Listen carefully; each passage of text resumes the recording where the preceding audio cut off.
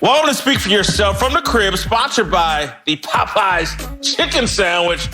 Good. All right, Speak for Yourself from the Crib on this wonderful Tuesday? Yes, Tuesday. Jason Whitlock, Marcellus Wiley. We have an awesome, fantastic show planned for you today.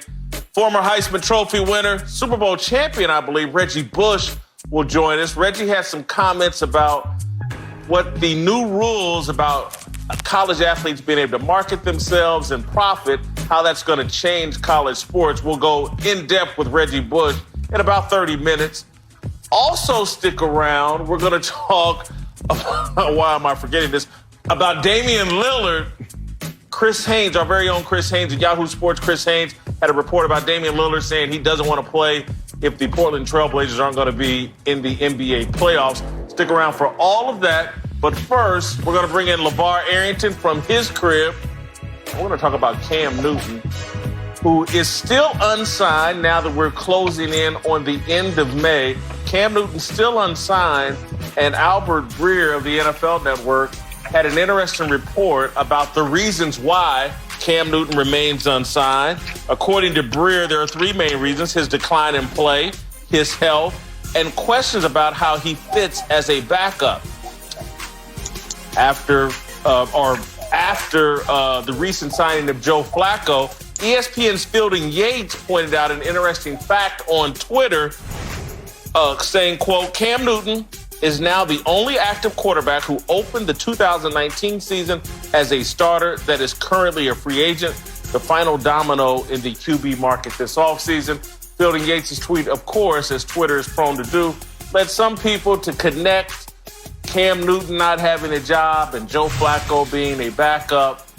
And then, of course, there was a little bit of the race car played. But anyway, we just want to start here with this question to Marcellus, and LeVar can follow in. Should we be surprised that Cam Newton isn't on a team right now? We should be surprised, yeah. As a matter of fact, yes, we should be surprised. But what I liked what Albert Breer laid out at those 3 points, the decline in play, his health issues, and not being able to get to Cam Newton physically and make sure that he's good to go. And then also the questionable reluctancy to be a backup, or at least a perceived reluctancy to be a backup. I think he did a great job of outlining those 3 reasons as why Cam is right now unemployed. Now, anyone in the NFL who suffers from one of these is going to be in a compromised position. But all 3 of these together in combination is why you see Cam Newton right now unemployed.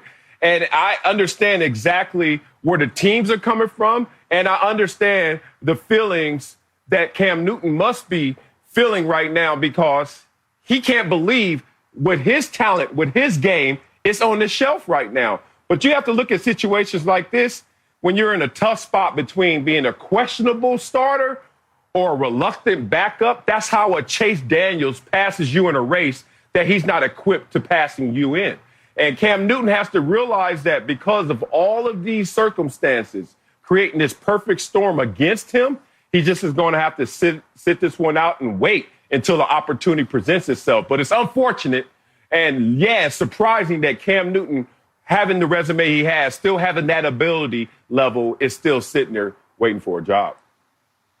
Yeah, I tend to agree with what you're saying, Marcellus. It should be surprising that Cam Newton hasn't been picked up by another team. But after getting more information and being on top of this conversation, I mean, Albert Breer, whoever wants to talk about it, they probably paying attention to our show. Listen, you can't be surprised with the information. One being that they waited until they hired a new head coach. It's very important, okay? They waited to release Cam after they got a new head coach, which means that they brought in their new head coach and they gave their head coach the opportunity to evaluate Cam Newton and what he felt he could bring to the table, if it was worth keeping him or cutting bait and moving on from him.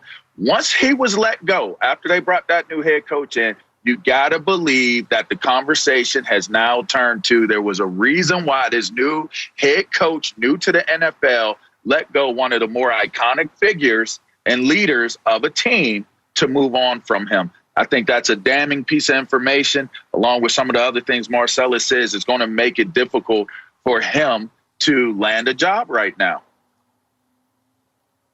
Listen, I'm not going to say surprised because I don't think we should be, given the coronavirus and this pandemic that we're in and how everything is shut down. And it's nearly impossible for an individual team to get a read on Cam Newton's health fully. And so I'm not surprised because, and this is what bothers me when people start bringing Joe Flacco into this. Joe Flacco just signed, a low-level deal with the New York Jets to clearly be the backup to Sam Darnold, a quarterback that the Jets are committed to, that they believe is a franchise quarterback. That's not a situation for Cam Newton. He has no interest in that. And so, I think when you go back to the coronavirus and the pandemic and the inability to get all the information you need to sign Cam, it's not surprising at all that Cam is unsigned because I'll go back to Joe Flacco again. Joe Flacco, no one's trying to win a Super Bowl with Joe Flacco. No one believes Joe Flacco is the quarterback that can carry them to the Super Bowl. Cam Newton, his representation, and probably a few coaches and executives around the league still believe Cam Newton is potentially a franchise quarterback if we can evaluate his health and if we get to sit down with him and find out where his mind is. Cam is still in the market and projecting himself as someone, I can be your franchise quarterback. I can be your quarterback for the next 5 to 10 years. And because of the pandemic, he's not in a position to get one of those jobs. And so I'm just not surprised at all. I think a lot of the conversation about Cam is driven by social media, and a lot of the social media is just a dumbed down conversation. It's not a very sophisticated conversation. I'm not talking about Field Yates or Albert Breer, any of those guys that are tweeting out things. I'm talking about we kind of crowdsource our conversations. Will this be popular over social media? And that's how Joe Flacco gets dragged into this. There's nothing equal right now about Joe Flacco and Cam Newton. Cam Newton's in another lane, and I don't blame Cam for waiting. Maybe it's New England, in my view. Maybe it's Dallas. I really think Dallas would be a great situation for Cam Newton if this Dak Prescott situation doesn't work out. But I'm just not surprised at all, Marcellus. See, I am surprised, and I respect where you're coming from because you're just cutting through all the junk and all the noise and all of the naysayers, the ones who are supporting. There's a lot of noise. I get it. You're just going straight to it. Here's the problem I have with that, though. As an example, if someone said, who's the smartest student in this class? You would point at who has the best GPA. Who has the best test scores.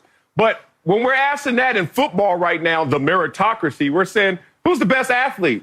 It's not just the one who has the best resume or the best ability or the best skills. It's actually the one with the perfect attendance, the one who's most cooperative, the teacher's pet. It's starting to move up when you just simply say, who's the smartest or who's the best? And Cam Newton is sitting there in a luxurious position compared to a Joe Flacco because he has choices. Now, the problem with his choices is that the recipient on the other side is sitting there saying, I got different investment needs. I can invest in a Gardner Minshew. He's cheap right now. That's a good investment. I will get more in return from a Gardner Minshew if he does anything. Investing in Cam Newton is a greater risk right now, and it's going to come at a greater cost. So what's happening here is that Cam Newton is just looking at the situation, says, like Jason Whitlock just did, cut to it. What's the real? Am I better than these guys? And what the system is pushing back and saying, it's not just that simple. And that's where Cam Newton finds himself in a complex world right now, trying to deal with all his mitigating factors that is not going to get him employed anytime soon. You know, it's not complex at all, guys. Let's simplify it and make it real, okay? Cam Newton does not have the luxuries that it seems that he has. That's first and foremost. Dose of reality, he has no luxuries. In fact, to say he's not in the same position as a Dalton or a Flacco is actually correct. Those guys are in a better position than what Cam Newton is right now. You want to know why? Because while Cam is trying to leverage what his career has been and trying to get the money and the respect of what a starting all-pro MVP of the league quarterback should receive, you have guys like Andy Dalton and Joe Flacco who are signing minuscule deals to be able to prove that they should be able to either start or get a bigger contract. See, to me, what really throws this all off, and listening to what you said, Whit, what really throws this all off is, no, you don't sit back and say, I'm going to wait and be a starter when I can be a starter. We're in a pandemic. They can't evaluate and address all those things that they're questioning that you brought up. So get yourself on a team and take that 1 year short-term deal and work your way. If you're as good as you feel you are, you're going to become a starter again, right? And then you can go back to the table and renegotiate your deal. I don't like the approach. The approach says to me, get my money now because my body's not going to hold up and I need to have my money right now. I need to have starting money right now versus waiting and proving it. I think that's where we're at. I think given the amount of money Cam Newton has made in his career, this isn't some guy that only had his rookie deal. Cam Newton's made more than $100 million. He can afford to be patient. The longer we get on the other side of the pandemic and get back to normalcy, his value's only going to increase. Once people get in these training camps, and take a look at Jarrett Stidham, take a look at Bobby Hoyer.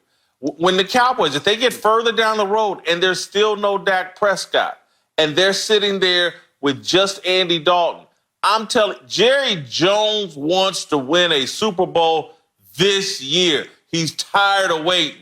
And at some point, he's going to say, you know what? Maybe Cam can do it. Maybe Cam and Andy Dalton can do it. The longer this plays out, Cam may have to be patient, swallow his pride and ego, and it may not be until the end of September. But somebody's going to make a play for Cam Newton once it's clear he's 1,000% healthy. And once they get a look at actually what they're looking at, Cam's going to be a starter in this league again. Marcellus, very quick, and then we got to go. Look, I don't agree with someone who is employed is in a better situation than someone's unemployed because you have to factor in all of the variables. Cam Newton is waiting for something that's ideal. Everyone else of Cam's caliber, if you want to say Dalton, you want to go out there, say Flacco, whatever that is, they're just taking whatever's left over. They're just taking scraps off the table. Cam Newton is looking for the real meal, and he deserves that real meal. What's left over? All right, we got to go. It's coming. Yahoo's NBA insider Chris Haynes is going to join us next. He has a story on Dame Lillard saying he don't want to play in the new compromised NBA if his team's not going to be in the playoffs. We'll get into that. Speak for yourself from the crib, presented by Hyundai. More after this. A healthy lifestyle should be easy, right? Eat veggies, drink green smoothies, exercise to get your heart rate up, and do yoga to bring your heart rate down. Woo! Maybe not so easy, but there is something that helps improve everything, and you can do it with your eyes closed. It's sleep. Sleep Number knows what it takes to sleep your best. The Sleep Number 360 smart bed lets you choose your ideal firmness, comfort, and support on each side, your Sleep Number setting. It's the perfect solution for couples. These beds are so smart, they respond to your every move and automatically adjust to keep you sleeping comfortably all night. Proven quality sleep is life-changing sleep. And now, for a limited time during the Memorial Day sale, save $1,000 on a new Sleep Number Special Edition smart bed, a queen, now only $1,799. You only find Sleep Number at Sleep Number stores or by visiting www.sleepnumber.com. Welcome back to Speak for Yourself from the crib, presented by Hyundai. Jason Whitlock, Marcellus Wiley on a wonderful Tuesday afternoon. All right, let's roll out to Chris Haynes' crib and let's talk some NBA with Yahoo Sports top NBA insider. Chris, with a very interesting report this morning about Damian Lillard. Lillard telling Chris, if we come back and they're just like, we're adding a few games to finish the regular season, and they're throwing us out there for meaningless games and we don't have a true opportunity to get into the playoffs, I'm going to be with my team because I'm part of the team, but I'm not going to be participating. Woo! I'm not sure if we're going to have a season that has any renewal of the regular season, but pretty strong comments from Dame Lillard. Chris, let's start with you. Do you blame stars for not wanting to play in meaningless games? No, I don't blame stars, Jason. I think, Damian Lillard, I'll say this. First of all, there are star players who have been echoing those sentiments privately for the past month or so. Damian Lillard is the first star to openly come out and say so. And I'll say this, for people, who are dismissing Dame or calling him out for having this stand. Well, let's remember that when teams are out of contention for a playoff hunt, the team anyways goes out and sits their star players and allows the young guys to play. So that's essentially what would happen anyway if the league were to resume without a pathway for the Portland Trailblazers or teams like him who are a little bit outside that top 8, if there's not a situation where they can compete for a playoff berth. So he's just coming out and saying it. It's rarely you have a player, or really seldom you have a player come out and say he's going to sit games. But that's the format. That's what he's in. He wants to play for a championship. He's frustrated. He's been working out the last 2 months trying to get back to get his team in a position to compete, and not having a chance to do so. That's going to tear him up. So he feels like it's best for him to sit down than actually go all the way out to Orlando, play games, risk injury, and at the end of the day, you're not playing for anything. Man, I'm one of those guys that's got to call out somebody he loves, and that's Dame Dollar right here. I blame the stars if they want to take this stance, and here's why. He's saying two different things that are actually conflicting right here. On one account, he's saying, I'm going to the bubble because I'm a part of this team, and I'm a risk taking the corona. But then he also says, but I ain't playing because the games ain't going to count if we're going to be the 9th seed and not going to get into it. So what's the point of going and playing, even though I took the risk, because the games are meaningless? One, I want to tell every professional athlete out there, if they're still paying you, those games mean something. Maybe not to you, maybe not to the standings, but they're meaningful because the reason you're out there in the first place is to get that check based on your craft. Two, Weber State Dame Dollar sounds a little different than the Dame Dollar right now, sounding a little more Hollywood, because if you want to go in his record, his rookie year, they had 82 games, and this team only won 29 of them. 33, I should say, 33 of them. And they were out the playoffs. And guess who played in every single game? Yo boy, my boy, Dame Dollar. So hold on. Were they meaningful then? You can't play the risk card because you already said you're going to the bubble, but you just don't want to play. So which one is it? It sounds like he was trying to do one of those things, rile up everybody. My boy John Hiller calls it the Bay Area bravado, where, you're just going to say something, that liberal gangster stuff. Like, I'm a qualified, but I hope it has the splash that y'all think I'm down for y'all. I don't know if he's down for his teammates, he's down for himself, or he just down for the dollar. But my boy Dame didn't come across well on this one. Yeah, I agree with Marcellus. Love Dame Lillard as a player. But when you join a union, again, it's about the collective. It's not about the individual. And maybe Dame Dollar feels like he was forced to join the NBA Players Union, but they have a union.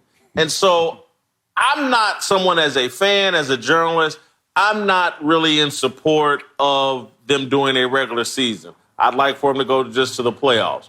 But if the NBA, if Adam Silver, if Michelle Roberts, who leads the Players Union, if they decide it's in the best interest of the league, our television partners, the people who are responsible for Dame Lillard, I think Portland's on the hook to pay Dame Lillard about $250 million over the next 5, 6, 7 years.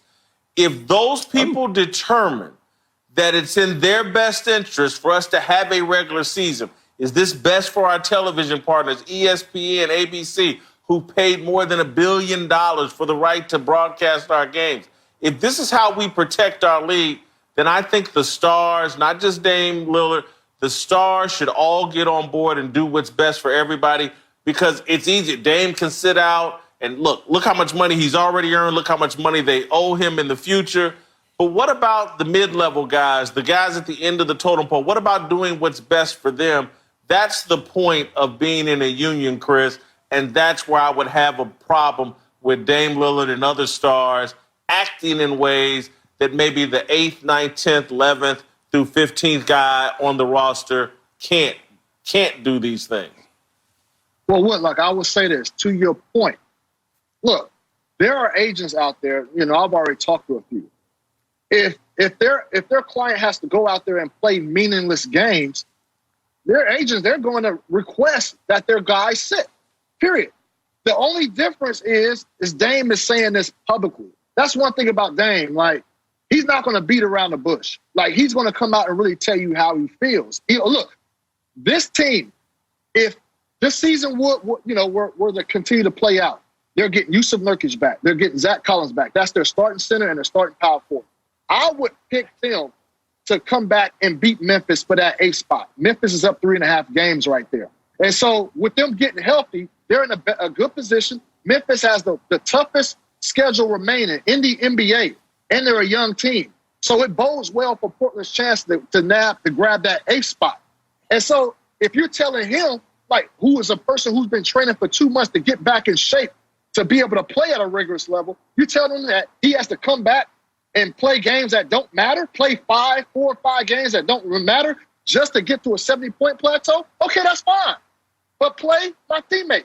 You're not going to get me out there playing. I'm trying to play for a championship. We should be in the playoffs, and we're not getting that opportunity to do so. All right, Chris, we're going to move on. And I think I know the answer to this question, but we're going to ask it anyway. Look, Adrian Wojnarowski is reporting that there's little momentum to have a regular season right now, that seems to be losing momentum, and no, everyone's going away from that. We've heard from Dame Lillard. He certainly doesn't want to play in anything that doesn't have to do with the playoffs.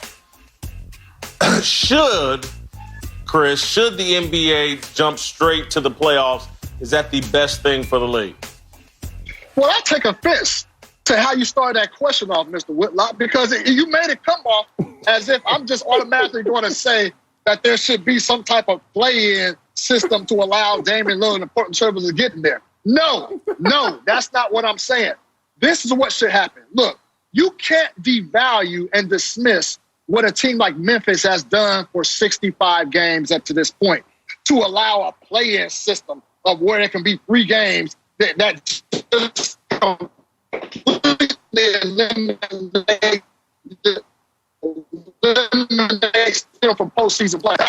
To this point. Now, like I said, if it was a full 82-game season, I believe that Portland would have snatched them. I do believe it's just the experience factor, and they're getting healthy, and the Memphis team is a young team. But no, that's not fair. That's not fair to those other teams. If the season's going to start back up, they might not like this, but I do believe that it should start with the top 8 teams from each conference. Oh, man. The basketball guys didn't agree with you, obviously, and your Wi-Fi. But I'll just say that, yeah, of course they should jump straight to the playoffs. Being real about this. You got that Teddy Riley going on, that prepaid Wi-Fi.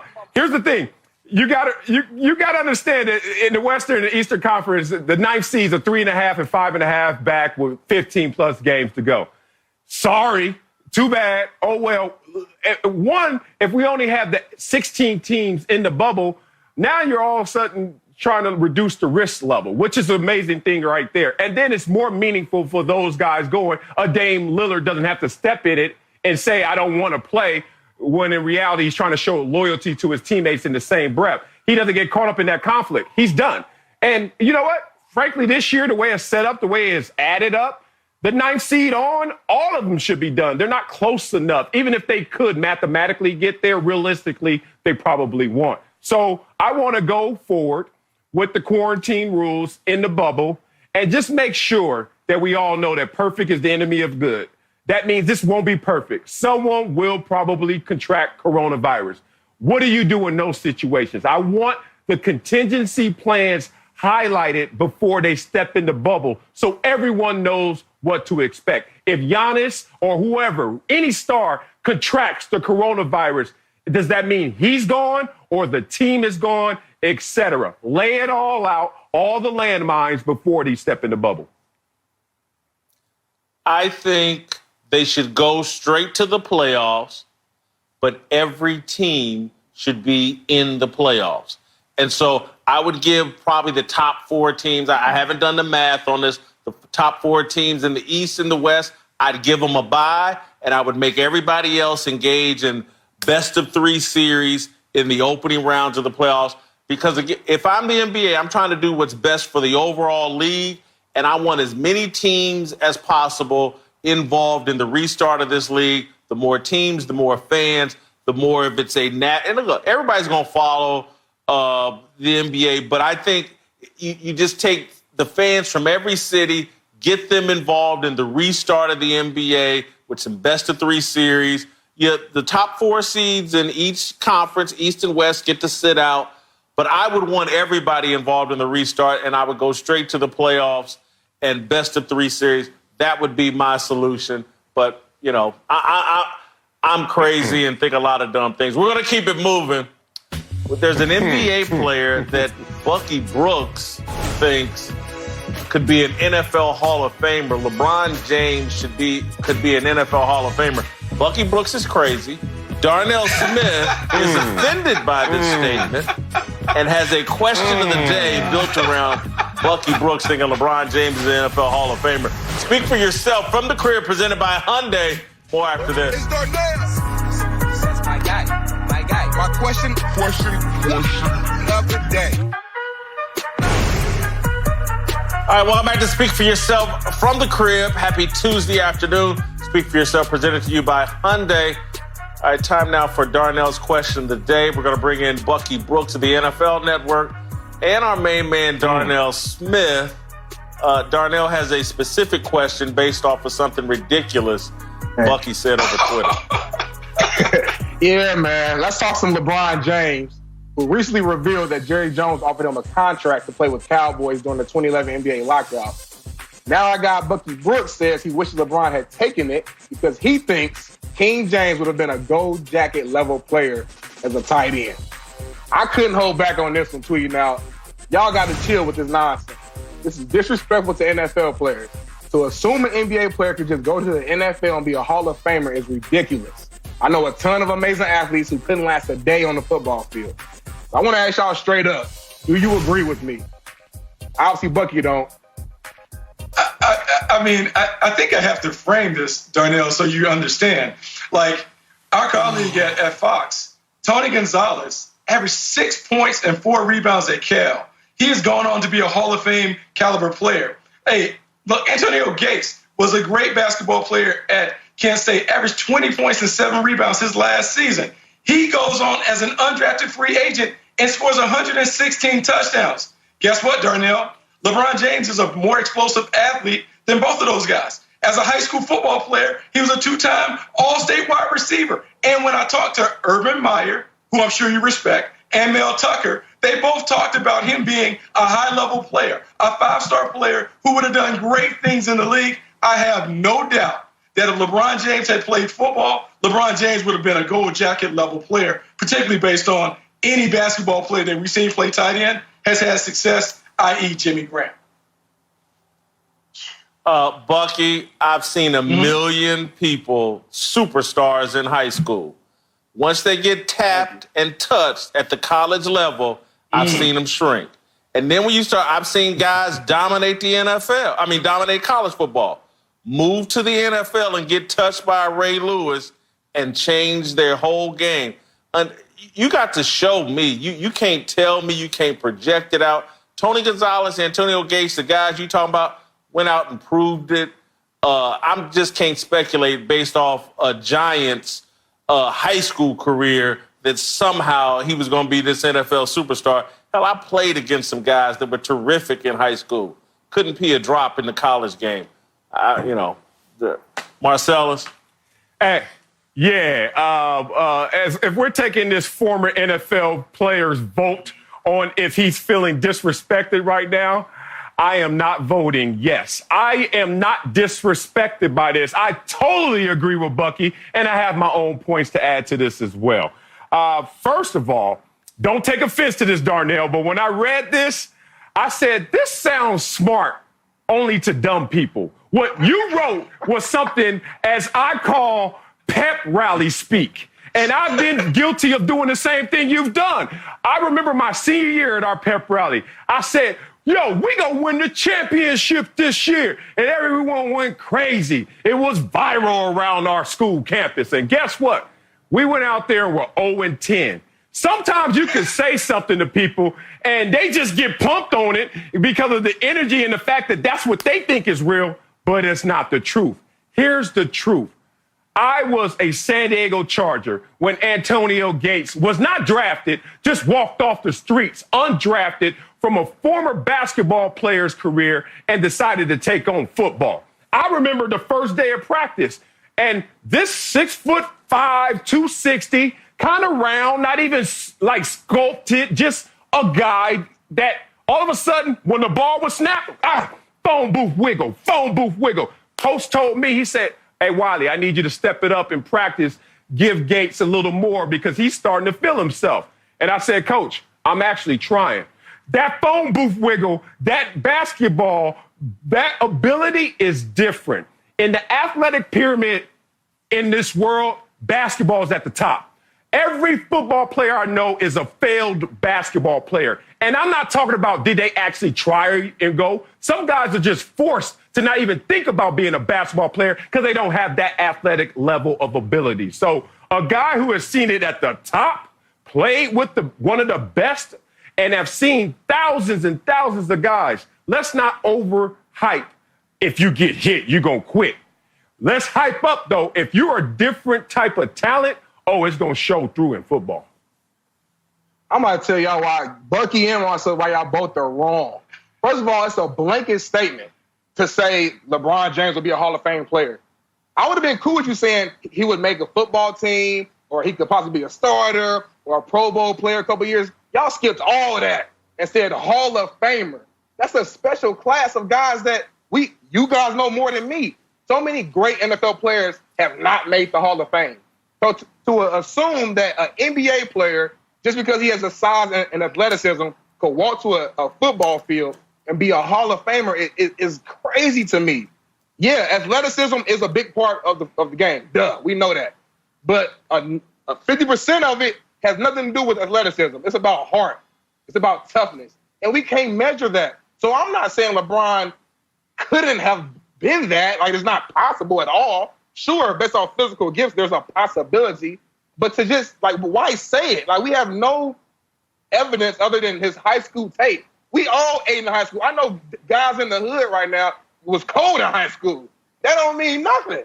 So my point is, if LeBron could be a Hall of Famer, then basically you're saying almost all NBA players could be in the Hall of Fame because they're all crazy athletes. Giannis, Zion, Westbrook could be better than Ed Reed based on what you guys are saying. It makes no sense.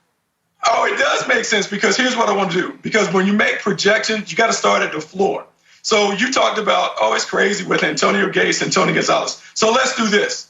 Jimmy Graham was a 6th or 7th man at the University of Miami. Jimmy Graham barely played football at the University of Miami on their squad his last season. He goes as a 3rd-round pick. He has scored 74 touchdowns. And when you ask people around the league, hey, is he tough? Is he rough and tumble? No. They were talking about him being soft, not a physical specimen. He doesn't block. So if he is the low point and he has been able to score 74 touchdowns without being a guy that loves physicality, imagine someone who actually likes playing football, who played it at a high level, who has more size, athleticism, and leaping ability. Imagine what he would do if Jimmy Graham is the low point. And Tony Gonzalez and Antonio Gates are the high point. And Marcellus saw Antonio Gates when he started. He saw him when he started. Bucky, Come on, stop. You can't call Jimmy Graham the low point. Bucky, you can't call Jimmy Graham the low point. You're acting as if hundreds of former basketball players haven't tried to move into the NFL and failed. There have been plenty. I know 2 of them from my college. We had a guy named Paris McCurdy, who was a great basketball player for us, led us to the Sweet 16, looked the part of an NFL player. I think it was the Broncos that gave him a try. It didn't work. Just a few years ago, I'm sorry, the name is slipping me, but one of our best players, 6'6". No, he went to the Chicago Bears. It didn't work out. This happens every year. So Jimmy Graham is not the floor, and we got to quit reacting to anecdotes and react to reality, which has a far bigger breadth of information than, hey, this guy and that guy made it, so therefore X, Y, and Z can make it. A lot of guys tried this conversion after being decent college basketball players, and they fail. A lot of them don't even make it to training camp. OTAs, mini camp, weeds them out, the whole 9 yards. So it's not just Jimmy Graham and the success stories. We're pointing to a few of the success stories. It ain't no different. It's like me. Let's say I continue on and lose this weight and get down to 250 pounds like I want to. I will be you can point out, well, everybody can lose weight. Well, no, they can't. You know how long I've tried, how many people have failed, blah, blah. You just can't point to the success stories and then apply it to everybody. LeBron James, to me, would have to prove it. This whole conversation is disrespectful. It's the hardest game to play. It requires the most mental and physical toughness. Maybe LeBron has it. Maybe he doesn't. I just need to see proof. I'm from Missouri, from the Show Me State. You got to show me. Yeah, right. All right, we got to keep it moving. Reggie Bush, right, who could have been an NBA Hall of Famer, according to Bucky Brooks. Reggie Bush, just around the corner. We're going to talk some college football and new rules about paying athletes and how that could impact it. Speak for yourself. From the Crib, presented by Hyundai. More after this. That's my dog. Welcome back to Speak for Yourself. From the Crib, presented by Hyundai. Jason Whitlock, Marcellus Wiley. Fantastic Tuesday. Let's keep the show rolling. We're going to roll out to Reggie Bush's crib. Reggie, the former Heisman Trophy winner, NFL star, caused a bit of a stir this week with some comments about changes coming to college football or college athletics that will allow the athletes to profit from their images, perhaps. Reggie saying, telling Playboy magazine, guidance is the one thing the young athletes coming through the college system miss on so much. I missed on it. They're about to start paying college athletes. This is something that has never been experienced before, and it's going to destroy some people if their foundation is not in the right place. Reggie, clarify, expand on your opinion here.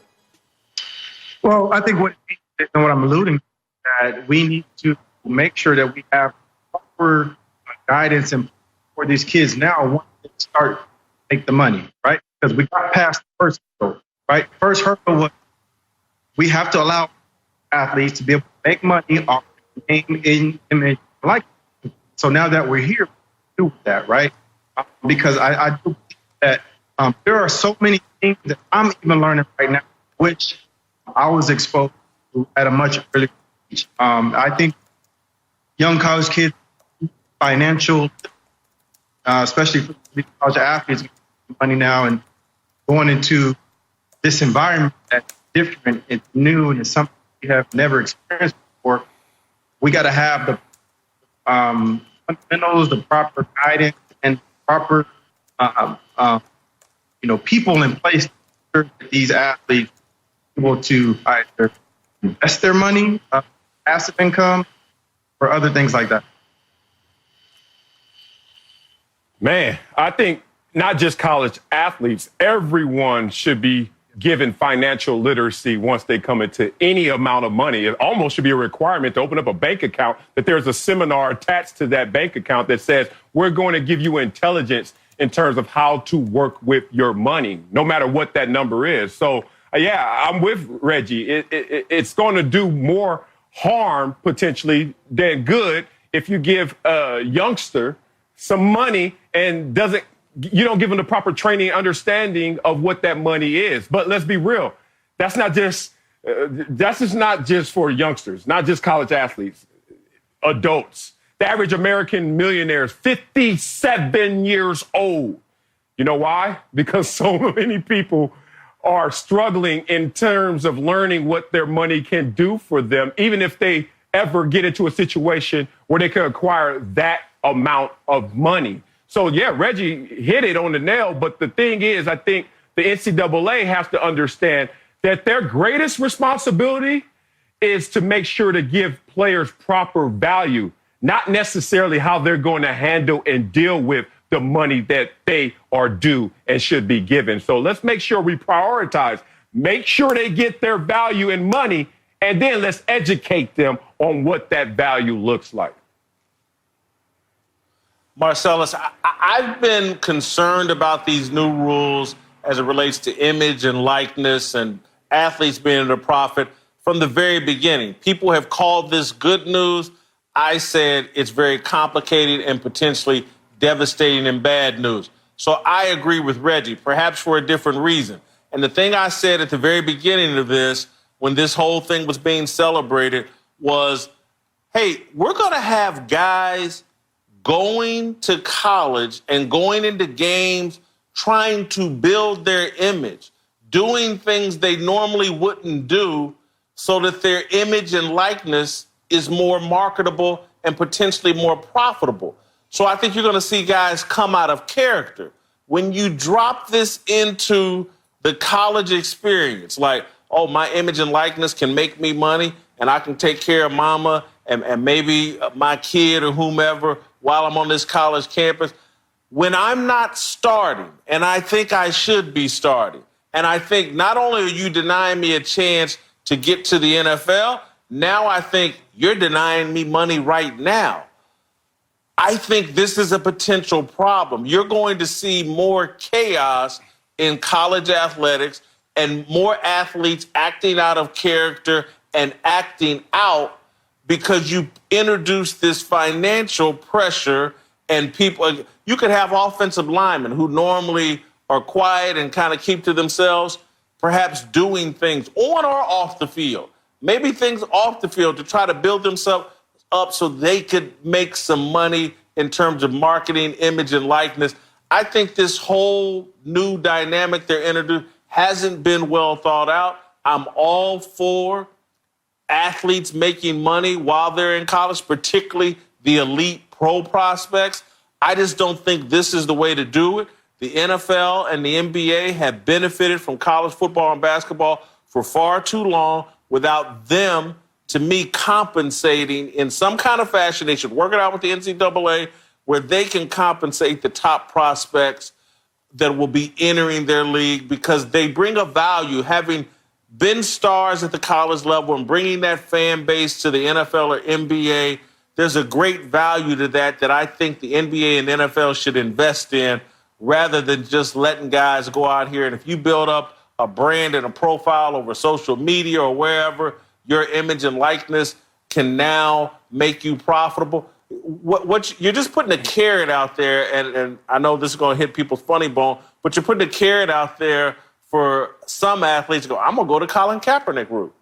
Let me protest. Let me do something so I can maybe get my own shoe from Nike or so I can sell T-shirts with my image and likeness on it.